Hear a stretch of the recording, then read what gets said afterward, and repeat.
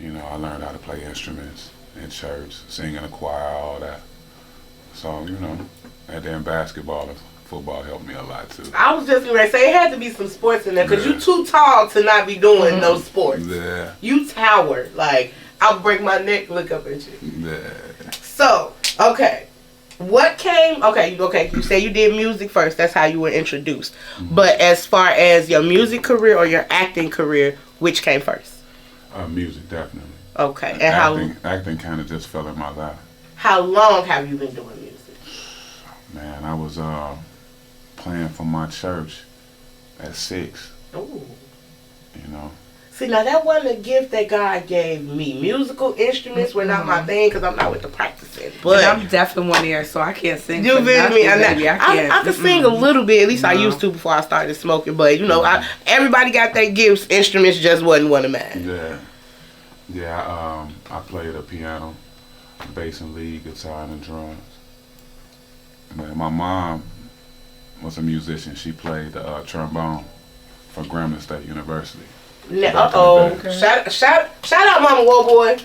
Hey. Hey, Mama Whoa. Should we call her Whoa Mom? No, Call her Mama Whoa. That's Mama Whoa. All right. Shout out Mama Whoa because that's it right there. Now I have to ask, with being in church and being musically inclined with instruments, where did the rapping come in? What made Mr. Whoabiy be like, that's what I want to do? I really ain't been rapping that long. I wanted to be Johnny Gill back in the day. Oh, so you was a singer? Yeah, I was a singer first. It's definitely giving Barry White. Right, the voice, for sure. I started rapping because I was producing, and I got tired of niggas putting garbage on my beats.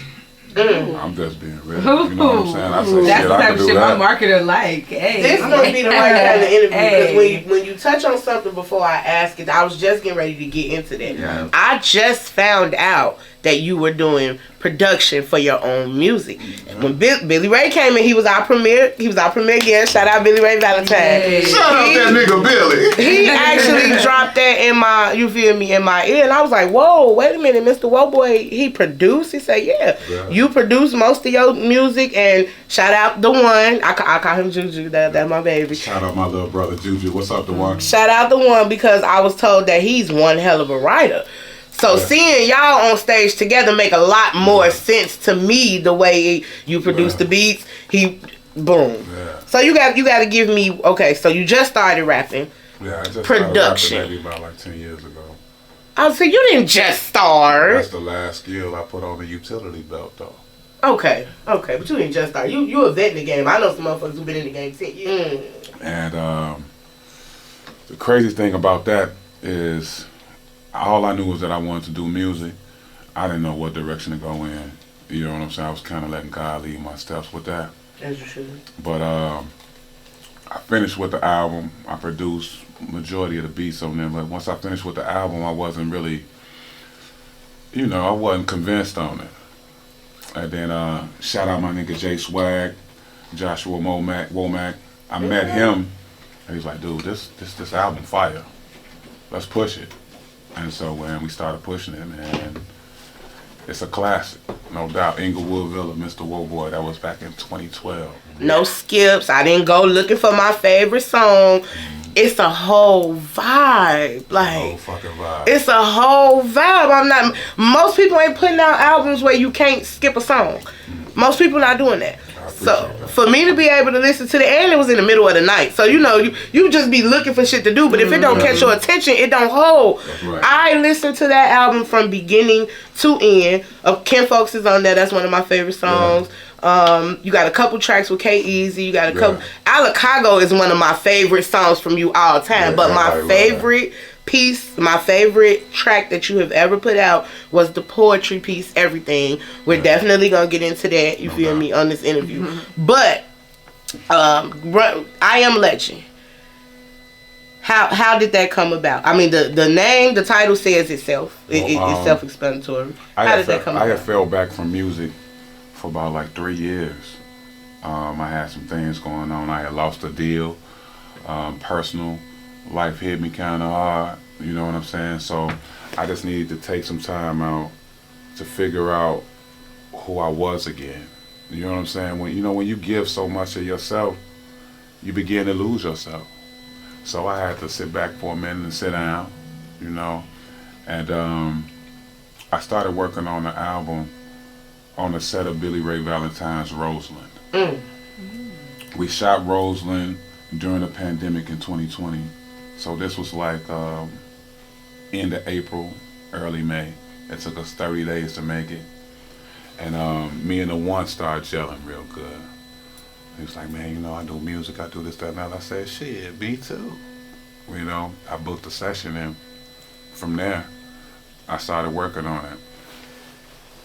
The whole album, the creation part of it, was a fucking vibe. I bet it was. I didn't write nothing. We literally went in the studio. You're not gonna give it to me like that. No. They bring a message that I needed to hear. Now I don't do music, but I have dabbled in music.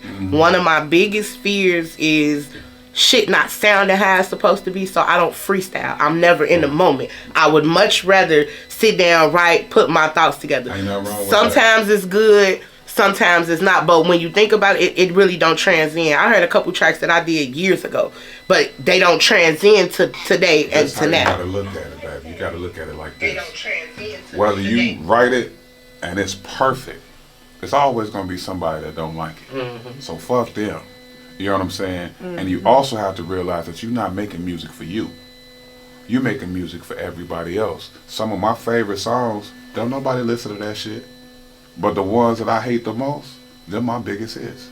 Really? You know what I'm saying? So it's not about you, it's about your listener. It's about the consumers, the people that's going to be buying that. That's how you get the demand on you. People get so caught up, and I'm saying people because I'm motherfucking people. I thought you was like a dance hall singer because a lot of your stuff was like real high, real dum dum dum. Like it made me want to get my little Sean Paul. Just give me the light. It made me want to get it up. I'm Haitian, so I just a little bit.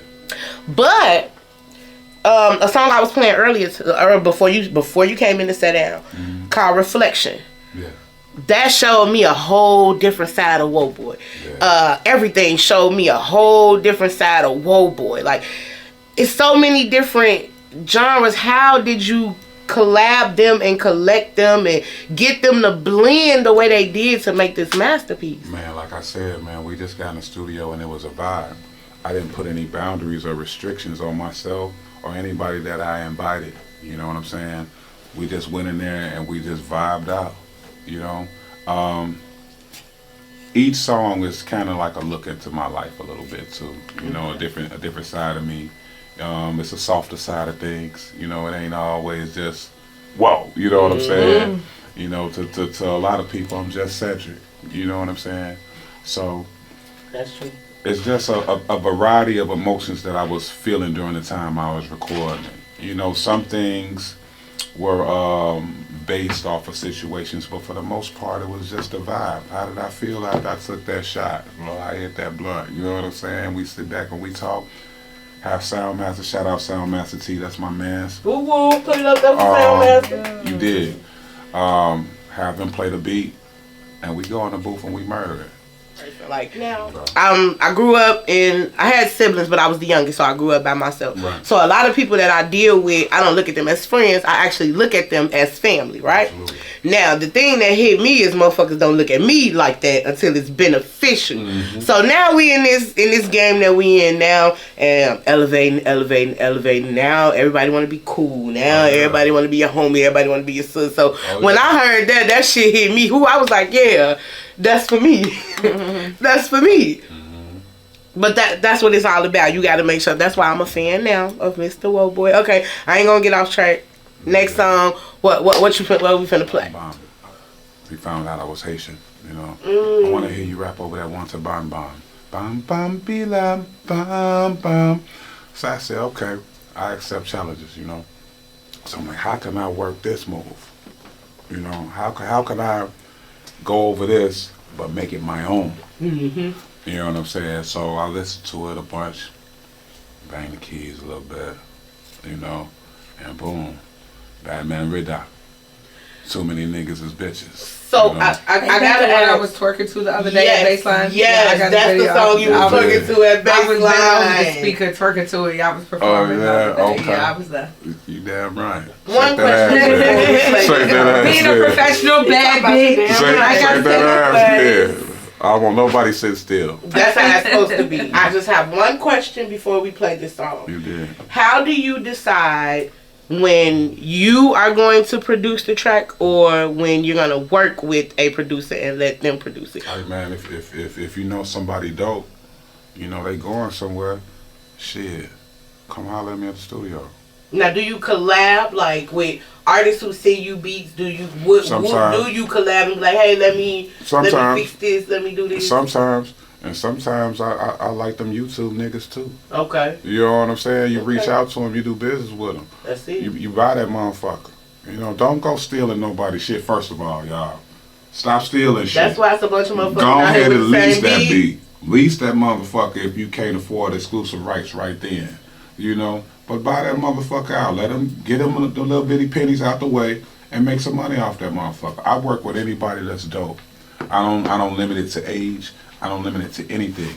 If you dope and I feel like I could do something with you, I'm gonna work with you, even if I gotta find you.